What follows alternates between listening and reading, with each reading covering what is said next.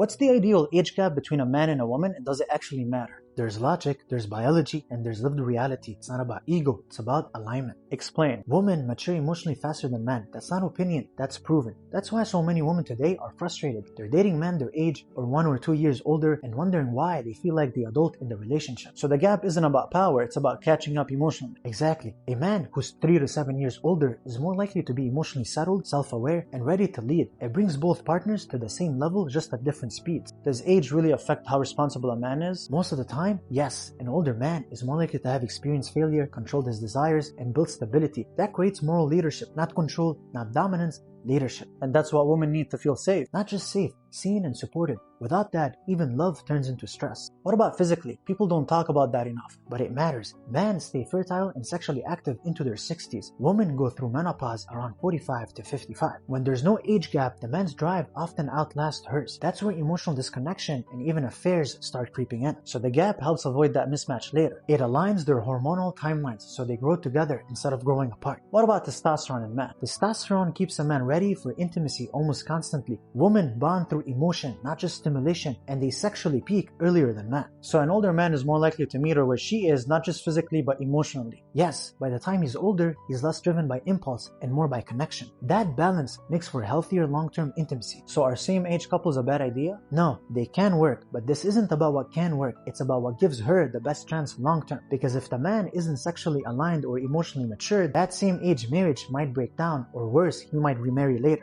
So the age gap is like a protection plan. Exactly, it's about where you align best, emotionally, physically, hormonally. Marriage is not just about love, it's math. People always talk about feelings, but feelings fade, alignment lasts. If you want to increase your chance of long-term success, don't just look at love, look at timing.